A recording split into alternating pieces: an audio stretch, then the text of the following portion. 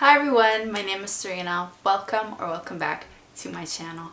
In today's video, I'm going to do a very short July wrap-up because I didn't read as much as I wanted to, but it's okay because it was a crazy month.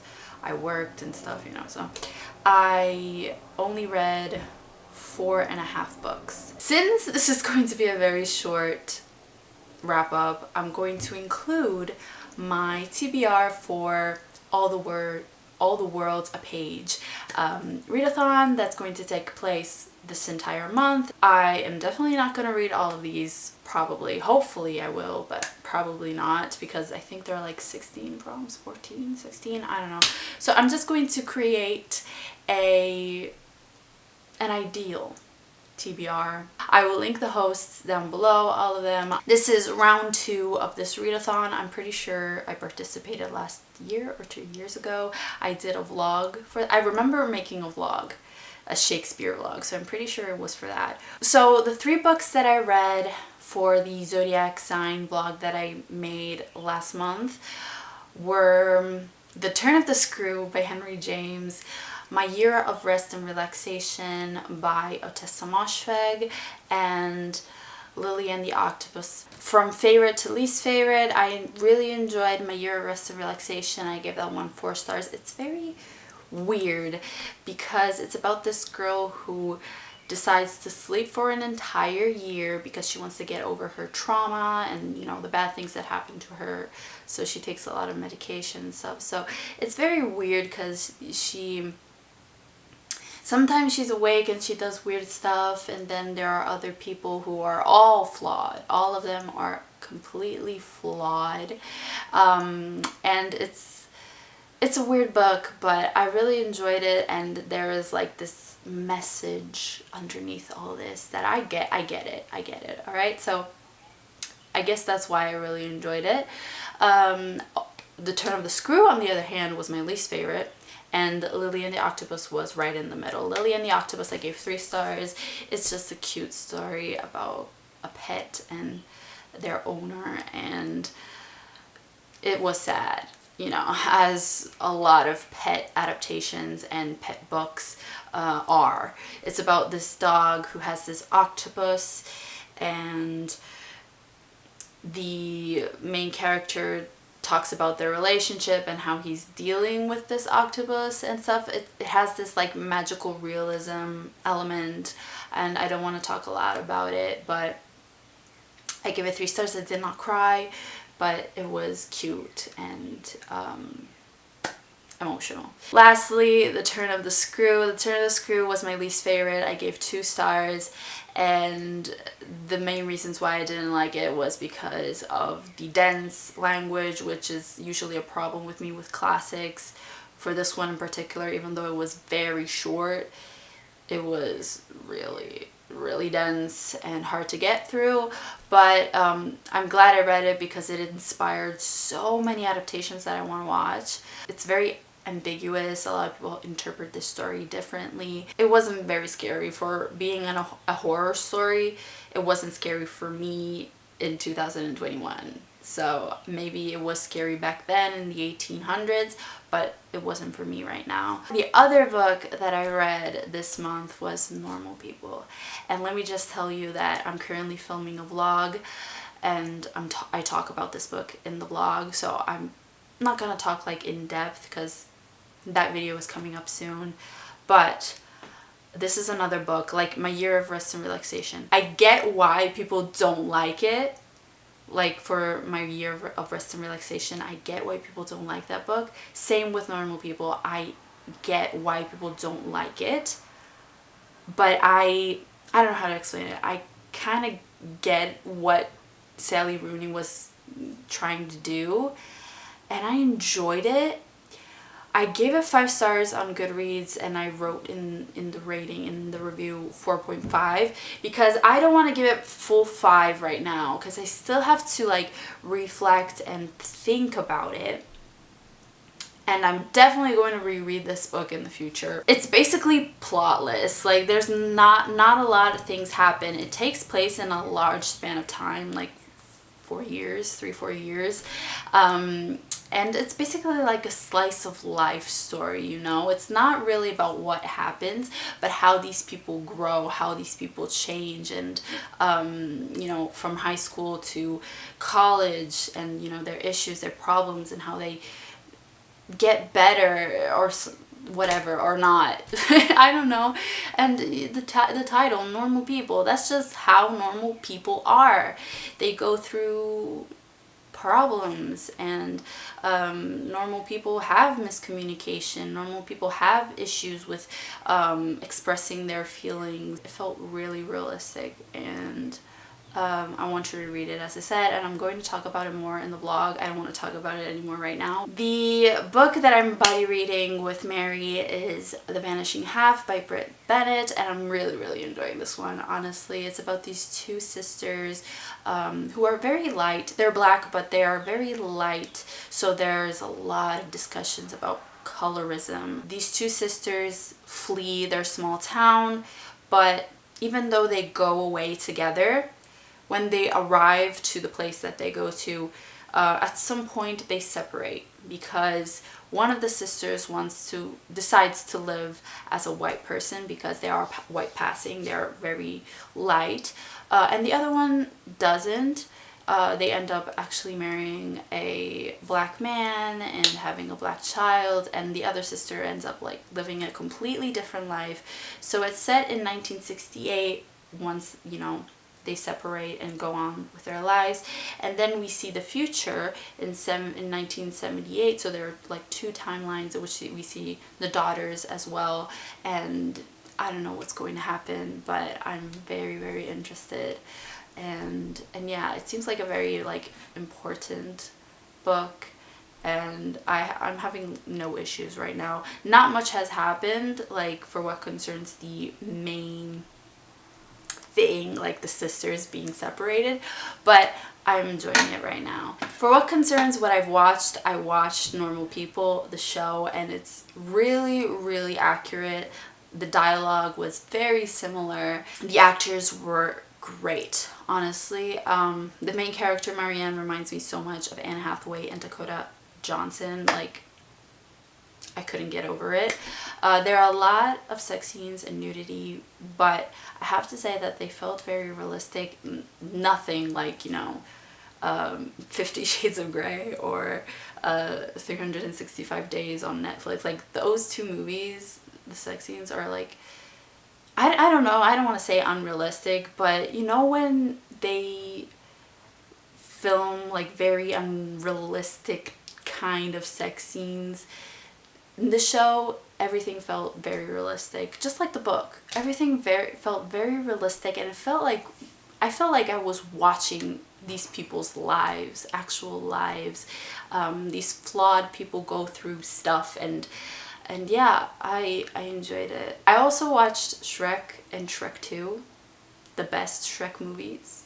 I was just sitting on the couch and my brother was watching TV. I don't usually watch TV, but there was Shrek and Shrek 2. Childhood movies are the best thing to rewatch, and also the worst thing to rewatch, because nostalgia.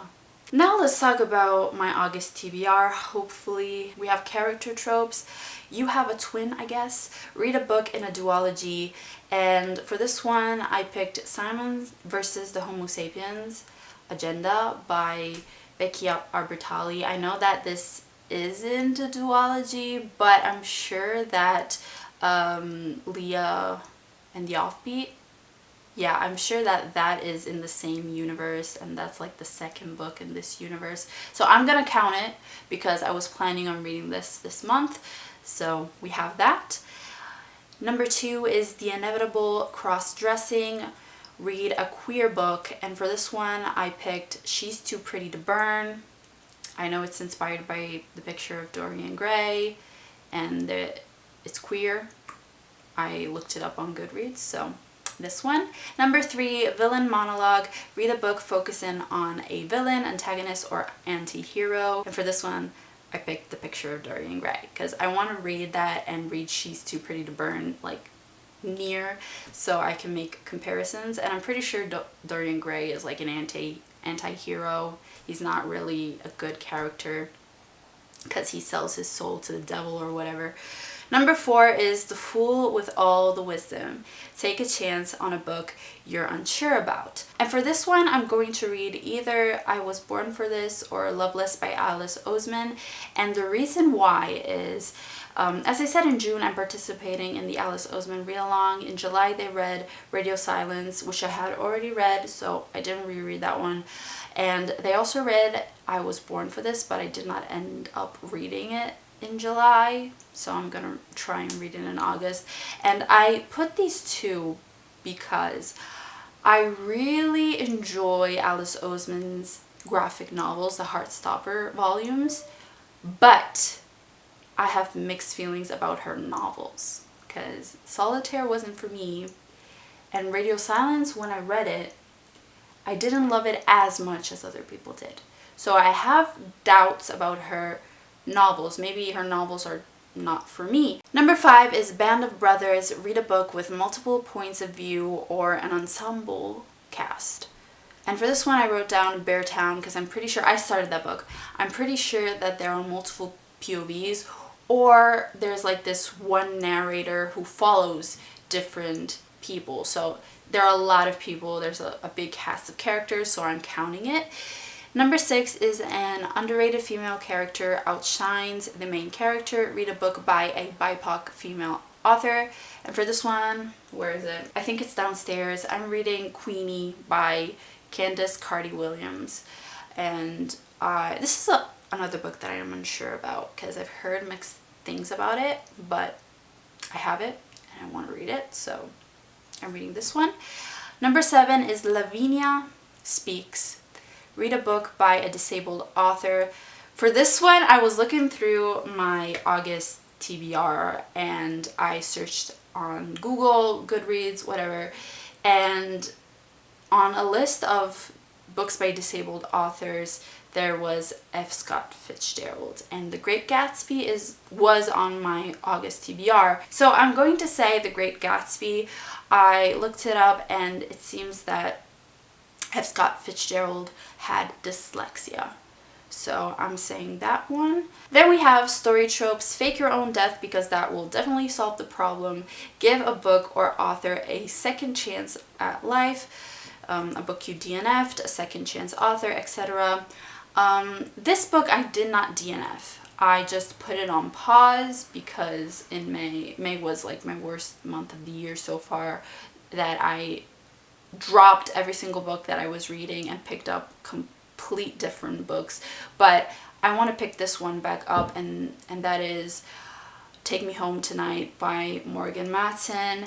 I did not DNF this book. I loved Morgan Matson's other book. Number 9 is It's a Problem, Play So Your Punishment is Marriage. Read a book with a romance element in it. I'm reading Check Please, which is a graphic novel. I'm pretty sure there's a gay romance in this, so this one. Number 10, Even Insta-Love sounds beautiful when you write it. Read a book with pretty writing and or a writing style you love. For this one, I had The Chosen and the Beautiful by Nevo on my TBR, and the reason why I decided this one is because I read the 2 novellas in her cycle. I don't remember what it's called, but I read When the Tigers Came Down the Mountain and The Empress of Salt and Fortune, and those had very beautiful writing. Honestly, I could not listen to the audiobook. I just had to read it with my eyes because the writing was so unique. So I'm gonna say this one. Number 11 is definitely not set in England, I promise. Read a book set in a country you don't live in, and I'm currently reading The Unbearable Lightness of Being by Milan Kundera. I decided this one because I think it's set in Prague and other places in Europe, so that's perfect. Number 12 is History, but add even more drama. Read a book that blends historical fiction plus another genre like fantasy, romance, etc. And I need to finish Rewrite Upon Sticks by Quan Berry. That is set in the 80s, I believe, so historical fiction and fantasy, because there's this like dark magic element to the story, so that's perfect. Number 13 is, does this play need 3 parts? Read a book in a series. I decided that I want to try The Raven Boys by Maggie Stiefvater, so that's a series. I'm reading the first book. Number 14 is, you just missed the character you really needed to talk to. Read a book you've been meaning to read for a while. Dress Codes for Small Towns. This has been on my TBR for the entire year so far, and I still haven't read it, so I'm adding it.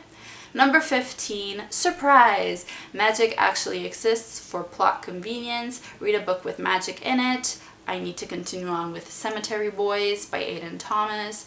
I'm pretty sure this has like this magical element, so I'm reading that one. And lastly, number 16 is, I've been dying for the last 50 lines. Read a big book.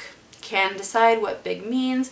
And between the books that were on my August TBR, I'm going to say Emma by Jane Austen, because I'm reading this book anyway for the Jane Austen book club that I'm participating in.